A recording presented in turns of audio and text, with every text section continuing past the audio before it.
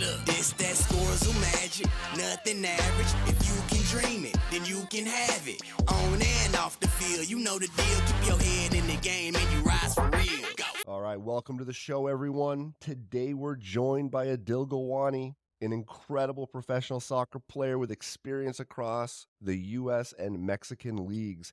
This does include playing in Mexico City, and then he came back to the States, and he played on a team in Atlanta. Adil has faced some real challenges and embraced a multicultural journey throughout his career, so we will be diving into that. And by the end, I promise you will come away with some inspiration, and you might have a new favorite soccer player to follow. So Adil, thanks so much for joining us today. No, thank you guys for having me. It's a pleasure to be here with you guys today. Awesome. So Adil, we've got to start at the age of 3. So let's go back there. At the age of 3, what was it like about the game of soccer that captured you at such a young age?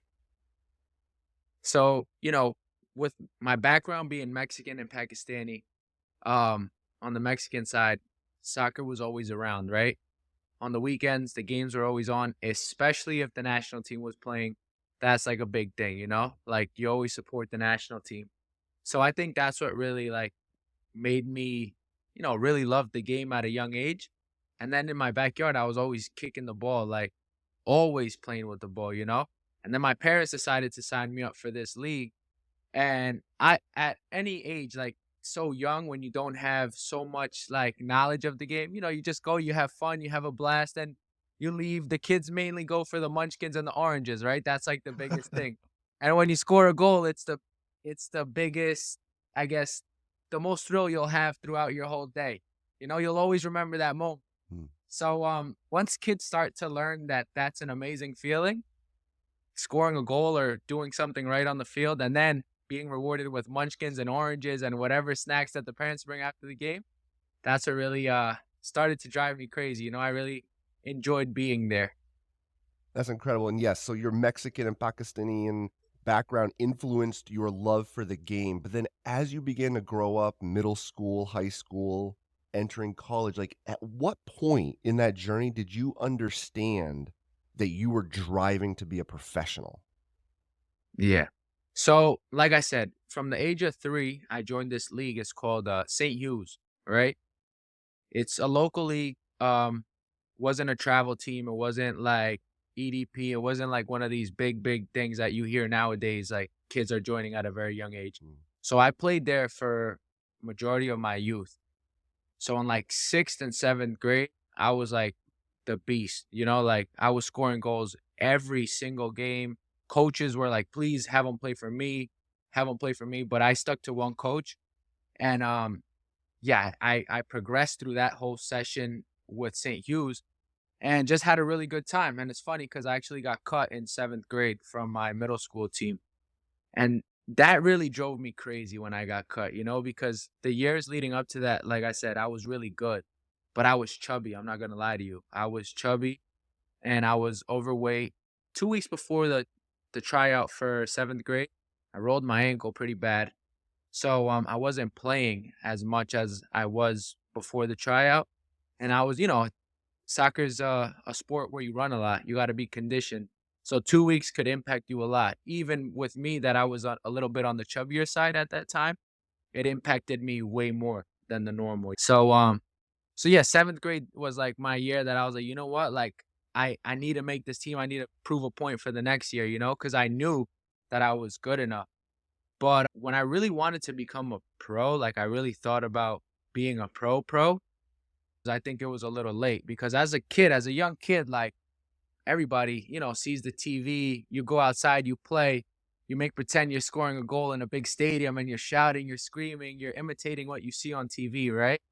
And that's part of growing to love the game, growing to love the journey, growing to love exactly every motion that you're going through to become the player that you will end up becoming. So, when I really got in tune with what I wanted to do, I think was in high school when I knew my grades weren't that great. I'll be honest with you. I wasn't always a grade A student, And my parents, our financial status wasn't great for me to go to a big school. So I was like, all right, what am I going to do? It's either I start working a job, or really put my head down, grind, and get myself a scholarship to go to a school. But with the scholarship, you need the grades, right? And that's what I was lacking. Like I wasn't a failing student, but I wasn't a 90, 95, 100 student. It's around the 75, 85. So, long story short, I went to community college from there, and that's when like everything really started to kick in the sense like I could do this at another level too. Yeah, that's an incredible journey, Adil. And I'd like to take it back for a moment from a parent perspective. I have two children that are into soccer right now, and there's so many options out there, right? Where soccer is played throughout the whole year nowadays. There's rec leagues, there's travel leagues, there's premier clubs. You hear conversations around continually enrolling so they can compete when they're older and not miss out. I mean, through your lens, right? You've experienced it all. You're coaching and mentoring children nowadays. I, I guess two-part question. Part one would be, could you provide any insights through your lens around travel leagues versus premier leagues? What age to look into that? Just like to get some insights into that. Of course. So kids are like sponges, right? They absorb everything, correct? So the younger Yep. you get a kid started at a good program, in all honesty, the better they're going to be down the road, right? Because if you take them to a little league where they're just showing them how to kick, scream, and run, unfortunately, that's just not going to be, you know, beneficial for them down the road. Why? Because now they get to an age where they're like 7, 8, 9, maybe 10, and all they know how to do is just get the ball and blast it up the field, right or wrong. Correct. And you see that today in America a lot. Now, there is programs that I won't lie to you that I've seen as well that really know how to play the game. They start the kids young, ball control, first touch, movement off the ball is very important too. Awareness on the field. There's so many things that come into play when it comes into soccer, football, right? But then you have a conversation like, oh, the game is so robotic. Like there's no freedom on the field anymore. The kids can't do what they want because they have to do this, they have to do that, which is understandable too, right?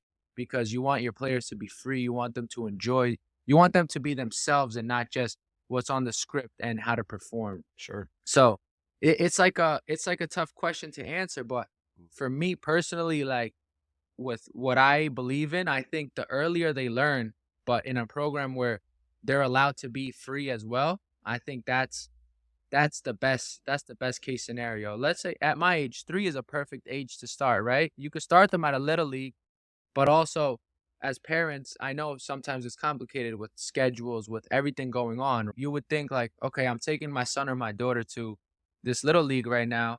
Maybe you don't want them to go pro, but you do want them to, get better at the sport.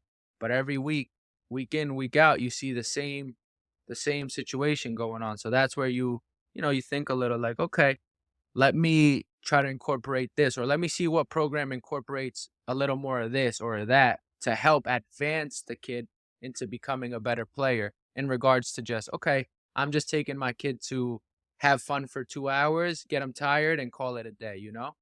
Sure. Sure. That's great insight. So thanks for sharing that.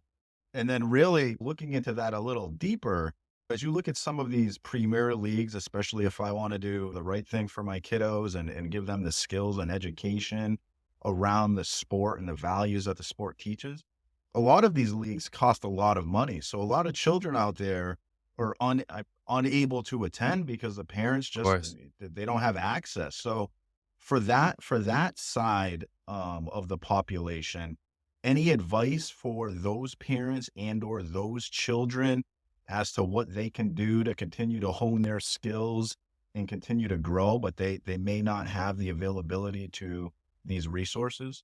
Yeah, no, 100%. So like for instance, I was sort of in that situation growing up too, right? Like every team that you heard of that was amazing, it was like, okay, there's a fee of this, or a fee of that. And then you're like, okay, as a parent, now the older I get, I see life through a different lens too now, right? I'm like, wow, it cost me this much to do this much to do that. And then now I have a kid that I'm responsible for, and now I got to get this in order to be able to provide us, entertainment or a skill that they could learn down the road, right? Yep. And as a parent, of course, I want my kid to be active in in an activity, especially an athletic activity coming from an athlete, right?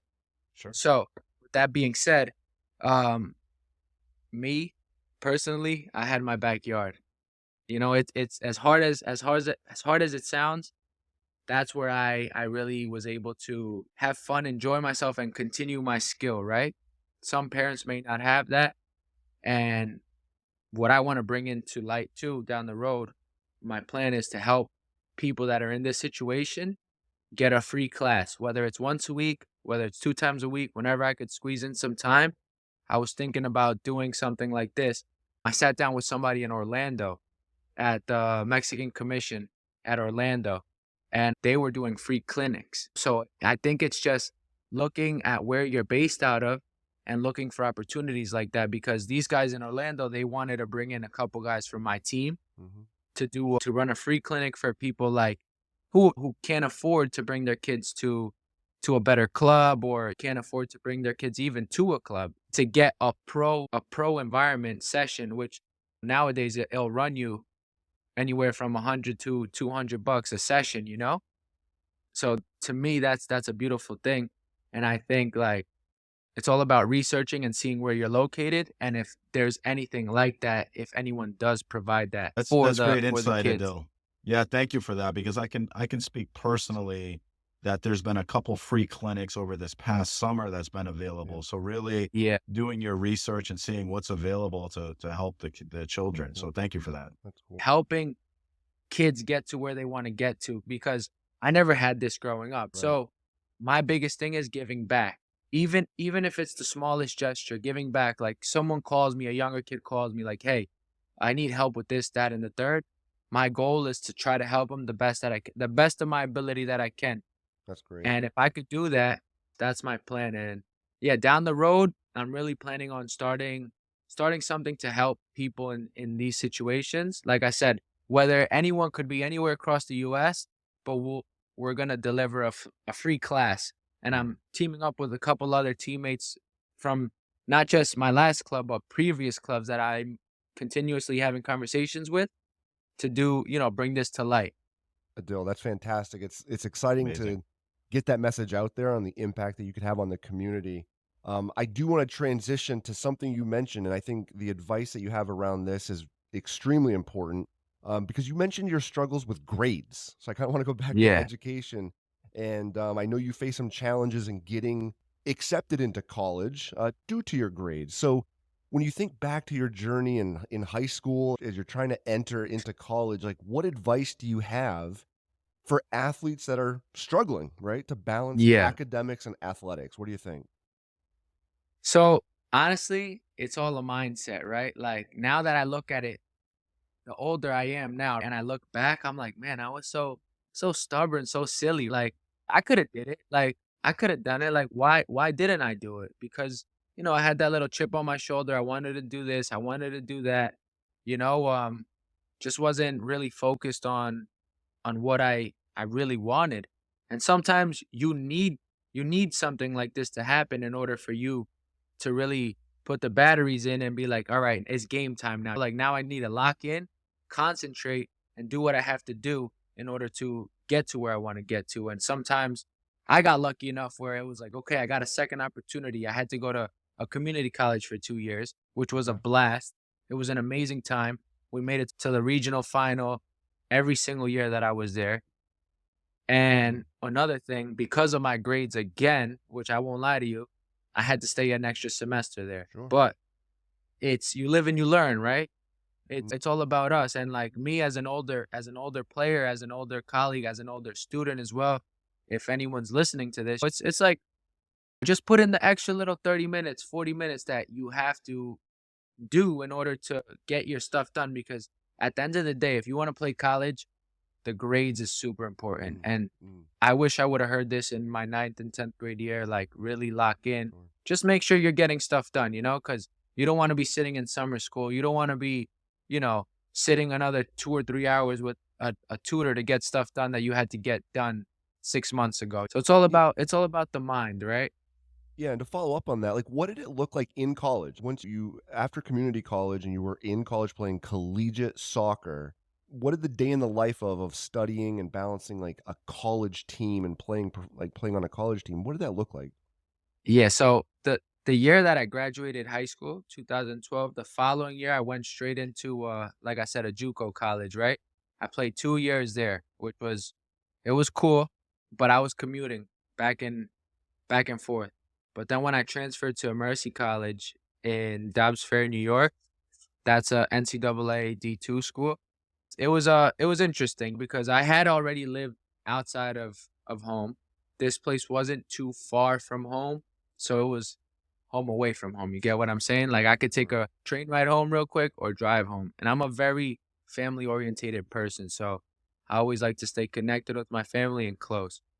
But the day in the life is just it's all about you really got to go to class, you really got to go to school, learn. You did have your tutors, like we had tutors at Mercy that helped us with our homework. Me especially, I was not brilliant in like algebra and certain classes that were always messing me up. So I had to sit with a tutor, get help with that. And the pitch, it was always on the field, either at the field or at the gym. I was always active either or. But it's not easy. Being a college athlete is definitely not easy, especially on game days too. You have certain stuff that you have to hand in. And let's say you have an away game in Boston the night before, right? So you're traveling and you're like, oh man, some teachers are really nice and lenient with the fact that you're a student athlete, right? Especially if you know how to talk to a teacher, you're like, hey, miss or mister, like, could you help me out with this? I'm traveling here this week, and then next week I'm going here. What could we do? Meet me in the middle somewhere. All right, Adil, you know what?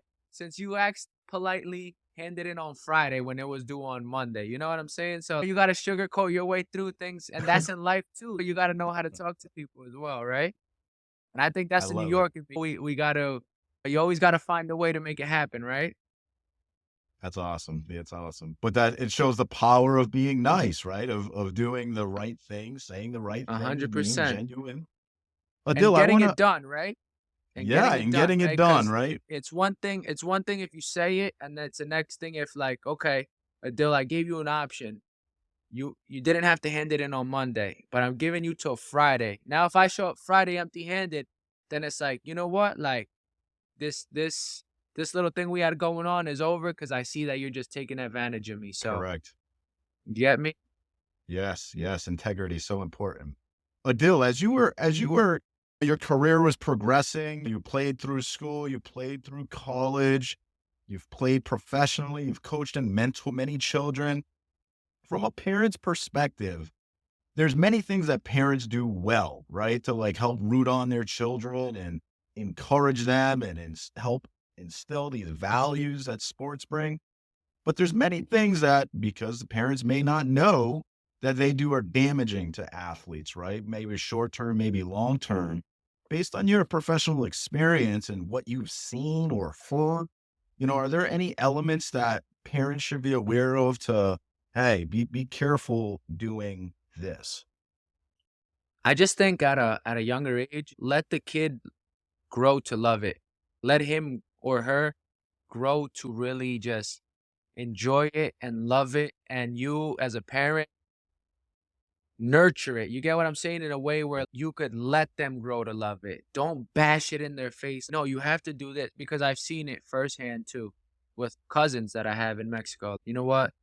When I was young, I'd see their parents just, oh, you got to do this, you got to do that, you got to do this because they want them to get to the next level, right? And not every parent wants their kid to get to the next level. Sure. They just want them to love to grow something outside of academics and learn to compete and do certain things that as becoming an athlete, you learn things in life, right? Through the sport. So with that being said, as a parent, just the biggest thing is just don't bash the kid into doing things like if he trained for 30 or she trains for 30 minutes, 40 minutes, and she's like, Mom, I'm tired, or Dad, I'm tired, like that's it for the day. Okay, sounds good. Do 5 more and then let's get out of here. Like, good job today. Or you know what? Today I'm not really feeling it, right? I really don't want to do it today. Like, please, like, today's just not the day. okay, you know what? Let's go with it, right? Like it's fine. Today's is okay, but obviously there's like a fine line when the kid starts to sugarcoat it and is like, all right, now I'm getting away with not doing it anymore. Yep. To okay, like I do like this, and okay, I got one day off. Okay, let's go again. Reset. Yep. So definitely, I think that that's a big role in parents, especially today too. You know, is just learning how to let the kid grow and love the game, whatever they're playing, whether it's soccer, basketball, baseball, hockey, dance. Like now you see kids playing pickleball now too. So Yes. just let them grow and love it, and let them be a kid too. Like I always see it too. We touched this topic earlier with the robotic movement on the field here and there. Like just let them enjoy, let them be kids, let them have fun here and there, right? Great advice. Great advice. Because if they're not having fun, they'll grow to not love the sport or the game, right? Exactly. Exactly. Great advice. And now, Adil, playing in different countries, right? That had to have been amazing. And I'm sure it brought out different styles that you observed and experienced both in Mexico or USA. Any advice that you'd give youth athletes who want to adapt to different styles of play? Yeah, well, playing in different countries, especially coming from the US, it's very, very different, not gonna lie to you. So I had the privilege to play in Mexico, as you guys know. I played in Honduras for some time. I was there for about a month. We'll get into that a little later, why I didn't stay longer. And then I played in Panama as well. I also had the privilege of playing for a short time in the Dominican Republic, which was awesome. So just going back to what you said, playing in a different country is huge for a player's growth. Why? Because you're so used to playing one way your whole life, right? In the US, Sure. you get coached a certain way, especially back in my youth days. You're coached a very different way than what it is like in other countries. So when I got the privilege to go to a different country and play, it was mind blowing. And I'm not gonna lie to you, I was probably the worst player on the field the first month because I wasn't used to certain things. And especially going from a collegiate level, from NCAA, a high level, to a professional level, it was day and night, you know? It was day and night. And especially switching styles, day and night. And my first couple months, I won't lie to you, it was tough. Like I was like, man, I don't think I'm cut out for this. Like this is not easy. But every player has their ups and downs. You just got to learn to adapt, right? Learn to adapt and just roll with the ball. The way it comes, you got to take it. The way it comes, you take it and you learn from it. That's it. Every day's a new challenge to get better. Every day's a new day to just improve on what you were lacking yesterday. So that's the way I took it, and it helped me as a player, helped me as a man. It helped me in so many different ways. I got to see life through so many different ways. I got to learn so many cultures. I made so many friends. Got to eat so many different foods. Got to see so many beautiful places that I never thought in my life I would experience. I know more of Mexico than I know of the US. And my mom's like, you know more of Mexico than I know of Mexico, and I was born in Mexico, like so like That's it's incredible. cool. It's cool. Yeah, that's awesome. I have to know about Honduras now, though. You brought it up, so love to learn Yeah, more about man. that. S- So when I was in Mexico 2022, right? Summer of 2022, waiting to go to a new club. And my agent in Mexico was like, all right, like I got you a deal, this, that, and the third. We're just waiting for them to send over the paperwork, yada, yada, yada. With this game, you come to learn that there's a lot of corruption, a lot of nonsense that they talk about. They just try to keep you happy for the time being, and nothing's really being done, right? So I'm sitting in Mexico City with my cousin, who I also helped him get his first professional contract, which is one of my biggest like fulfillments in life, seeing him debut and seeing him play at a pro stage too. But yeah, so I get a phone call from a guy in Honduras who a friend put me in contact with a couple months prior to. This guy was crazy to get me out there for some time. He was like 6 months. Adil, you gotta come. You're gonna kill it over here. You have to come. I've been watching your games. You've been doing amazing. This is the league for you. You'll go straight to the MLS after this. Let's go. Let's do it. And I was like, I'm good right now. Thank you. I have an option, this, that, and the third.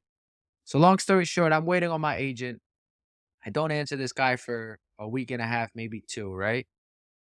He calls me every single day. And my agent just doesn't answer me now.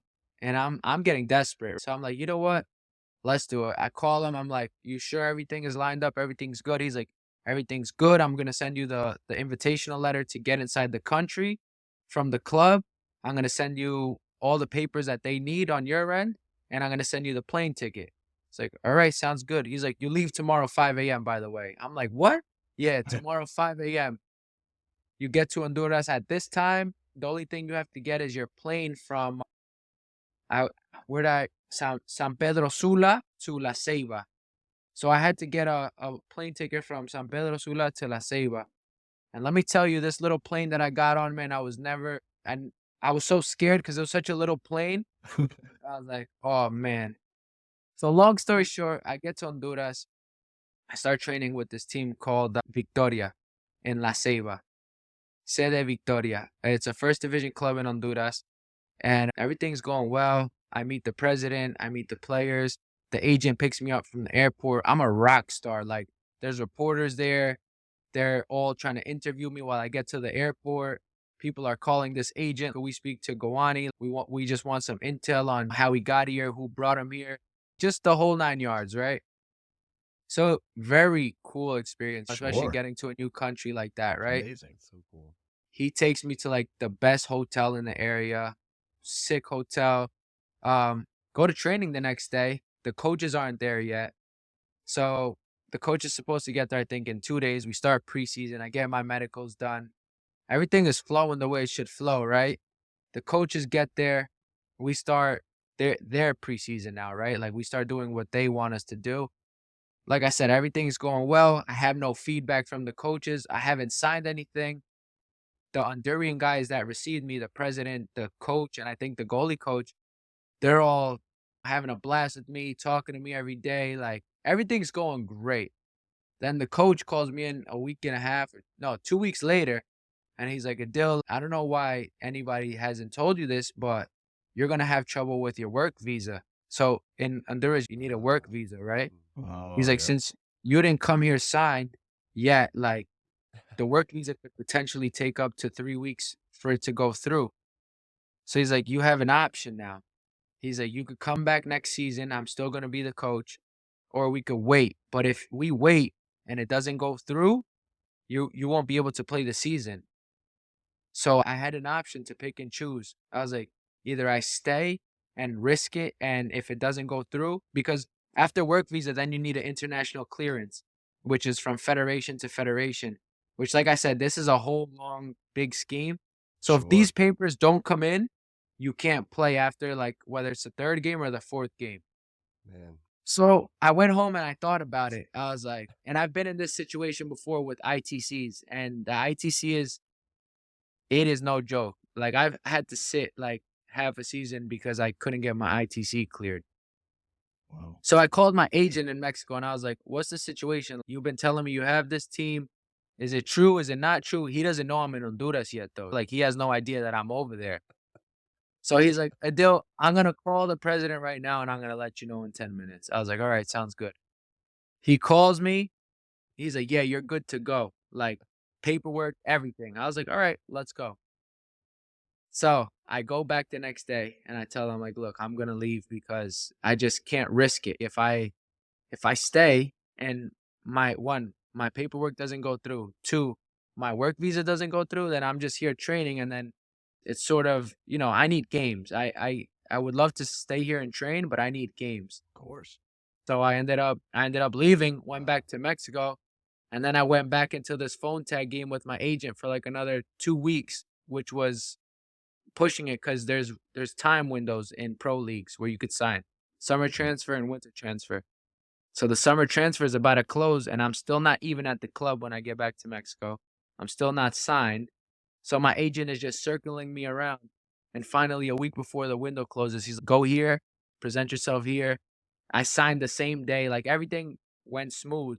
But that month was super stressful. Like, Wow. Wow. Yeah, I can't even imagine that. So Stressful. So, to the kids and parents listening right now, we have an international rock star on the pod today. That was an incredible story. Yes. Incredible It's story. amazing. It's really cool though, like the way they received me in Honduras, and you hear a lot of negative things on Sure. the news, right? Oh, this is dangerous, this, that, and the third. And I have a lot of tattoos. I won't lie to you. I'm heavily tattooed, my arms. So I would walk out, and obviously from the news that I heard in the past, I was like, should I walk out like this? Like I'm a Right. little nervous, right? But people would come up to me like, you're the Mexican, like you're gonna play for Victoria. Can we take a picture with you? It was awesome. Walk to the Walmart and I know people are talking about me, right? Like I see them whispering and looking at me, whispering and looking at me. And finally they got like, they're like, you know what? Let me go talk to him. And they'd come up and talk to me. Beautiful country, beautiful place. I loved it. It was awesome. Like that, the small experience I had there was really cool. Mm. Just unfortunately, like I couldn't stay there. But it's part of the game, Sure. right? Sure. Yes. So, Adil, I'm going to turn you into a teacher of the game. Okay, so I'm going to give you a Okay. scenario. Okay, so you're Okay. running one of those free clinics. Okay, Okay. we've got 60 kids coming to a field. All Okay. right, and you are going to show them specific drills to make them better at a young age. Like, what are you walking them through? What does your clinic look like? What are the best drills to do as a young student of the game? It's definitely ball control. So I would definitely focus a lot as a young athlete with the ball control, right? Because you step on a younger field and what do you see? The ball bouncing off their foot, right? They're trying to dribble, they're not dribbling. They're kicking the way they're kicking, they're not kicking it correctly, right? So if we're imagining right now, we got 60 kids, I got 3 other coaches with me, right? We would set up a cone in the middle. There's one cone for every kid, right? One cone for every kid. We would do what I would do is strictly focus on their ball control. Basically going right to left, left to right, touching the ball in and out with the outside of the foot so they learn how to use every angle of their foot. Because remember, once they're comfortable with the ball on their foot, everything comes easier, right? Once a kid is comfortable with using his left and his right, knowing how to use the inside, the outside of his foot, learning how to use, how to pass with the inside, even learning how to pass with the outside, which is something you don't see much, but when you master it, it's something really nice. But yeah, that's what would be my main focus is helping them, learn to really have the ball on their feet like glue, learning to go right fast, cut back to the left, cut back to the right, always having that ball on their foot, always just knowing what they could do with the ball and building their confidence with that. Because believe it or not, when you know what you're going to do next and you're confident with doing it, it's going to come out. Why? Because you're confident. You're bringing that confidence into life, right? Into reality. So with that being said, that's what I would do. Great advice. And confidence is so important. And speaking of confidence, the reverse of that is overcoming adversity and challenges. And listening to your story, you've had many challenges along the way, as does most humans, right? But mindset is so important to continue to push forward. Do you have a favorite mantra or piece of advice or something that's helped with your mindset to help you stay positive and push through difficult times? To be honest, man, like just my parents, like they showed me what it is to go through tough times and push forward, right? We got to keep going. We got to run through whatever obstacles in front of us right now, right? And whether it's the hardest one in your life or it's one that's pretty soft, but no matter what, an obstacle is an obstacle, right? And Yep. we just got to learn to get through it. And I've seen my parents go through a lot growing up. And I think that molded me and gave me that like desire and that will to just keep pushing because I got told no a millions of times. There's only a Sure. fair share yeses that I've got, right? You could see on my transfer market on Google, like how many teams I've been on. Those are all the yeses I got, right? A couple Yep. other yeses that maybe I turned down, but out of how many teams have I been to throughout my whole professional career? 100, maybe more. I don't know. And look how many I've been on.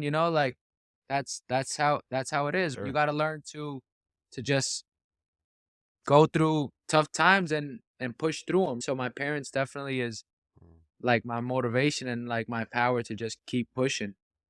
That's awesome. The perseverance there, Adil, is absolutely incredible. The following questions, Adil, we call this rapid fire. Okay, so like Okay. quick. Here we go. Ask a pro, learn and grow. Tips and tricks from the best. Get ready, put skills to the test.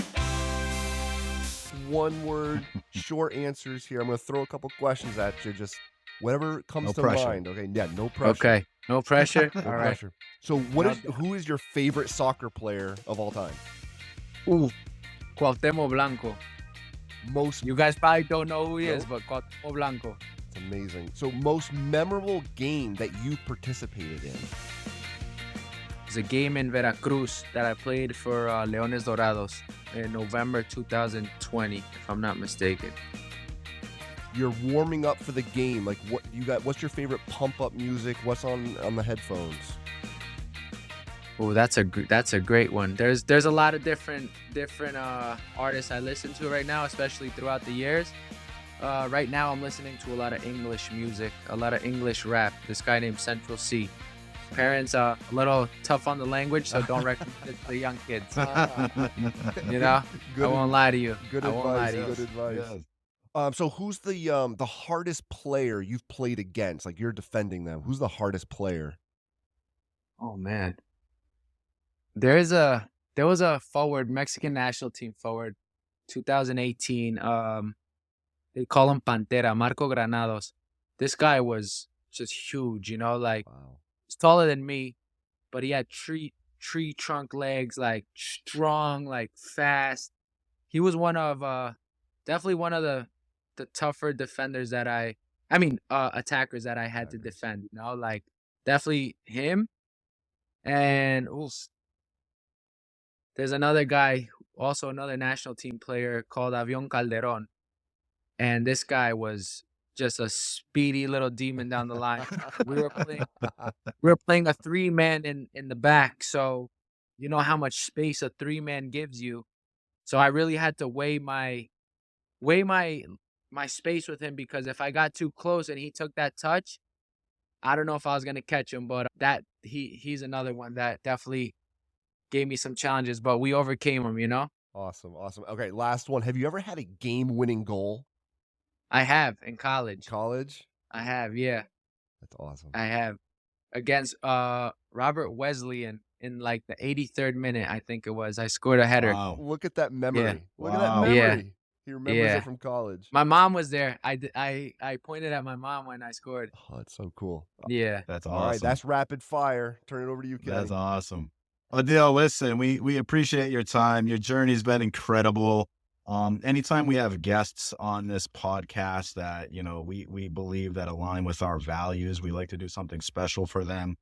You being a professional athlete, looking to offer free classes, you looking to help the youth, you giving back, helping your cousin become a professional athlete. It just speaks testaments of your character and who you are and giving back. So really, we'd like to welcome you into the Scorezle family, Adil, and we'd thank like you. to offer you your very own Scorezle card. So I'm going to pull this up in a moment, but this card, it's not just about stats. It's really a way to inspire young players and remind them of your journey, the highs, the lows, and everything in between, right? Because it comes with all of that. So I'm going to Awesome. pull this up, and I'd love to get your thumbs up or not and your thoughts on it. So give me a moment. All right. here. I'm excited to see it. Let's see. I'm All excited right. now. Oh yeah, that's awesome. I like that. Here we are, Adil Apoyo. There you go. I like that. Yeah, What so is we the wanna what take- is the what does the apoyo stand for? So Apoyo, support, right? As a center back, you support your I team, got you you, I support got the youth. So really we wanted that to resonate with our audience, youth athletes that always look love to that. support others. I love that. I love the jersey too, you know? Everything came out amazing. Wow. That's awesome. You're part of the family, my friend. Thank you guys. I'm excited to join the family. Thank you. That's I awesome. love that. That's great. So we'll get you a copy of that, Adil, for sure. And Okay, awesome. really, you know, I just would love to know what's one message as young players are collecting this card and they have this card, what's one message you want these youth athletes to take away when they look at your Scorezle card? Just never give up on whatever it is, always keep going, always keep going. I see a lot of people giving up on what they want nowadays, and I don't want anyone to stop chasing their dream, whether it's athletically or whether it's academically or whether it's in any field. Just don't stop. Keep going, keep pushing, That's what I want. That's what I want people to. When they see my card, it's just like, damn, he never stopped, like he never stopped. He kept going, I love it. That's great messaging, Adil. And finally, would love to hand the baton over to you. We've talked for a long time. You've provided much great insight to our audience. Is there anything you want them to be aware of, or how to follow your journey, anything whatsoever? Of course. So my main social right now that I post on normally is just my Instagram. Adil Gowani is just my name. Super simple, super easy. Right. Anyone could find me. It's public. If anyone has any questions or wants to connect with me, my email is there on my Instagram as well. If they want a personal message, they could DM me as well. I won't lie to you. I've been having issues with my DMs. I don't know why. Like, they go to like this vanish thing where I don't know who sends me messages, and I feel bad because I just realized this. Yeah. I had people message me since January, and I just got back to them the other day, and I that's just not me, like, Of course. I always like to respond. So yeah, if anybody wants to contact me, whether it's a question with anything, I'm here, I'm open, I'm all ears. I'm here to help, I'm here to give back. So whether it's soccer related or not, you guys could contact me there.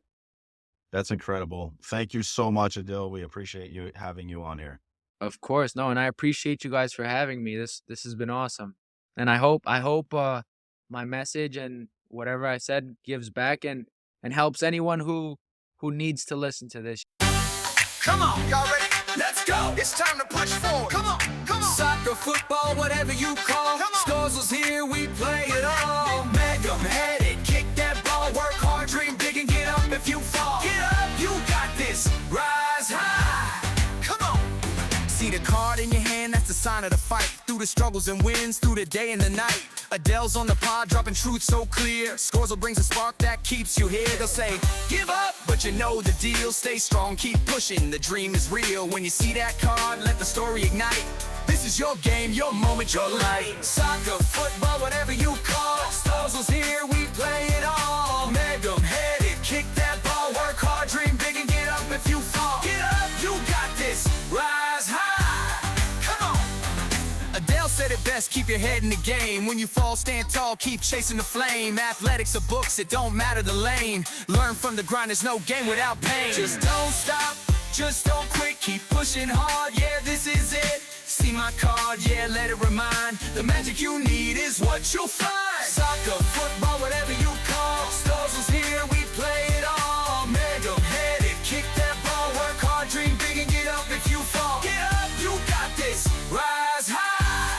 Come on. When you see my card, no, I never gave in. Every loss was a lesson, every fight was a win. Whether school, sports, or life's own lane, keep that fire burning, don't let it wane. I've seen people stop when it's hard to go, but not you. Nah, let your passion show. So hold the card, let it light your flame. Scorezle's here to elevate your game. Soccer, football, whatever you call. Scorezle's here, we play it all. Make 'em head it, kick that ball, work hard, dream big and get up if you fall. Get up, you got this, rise high.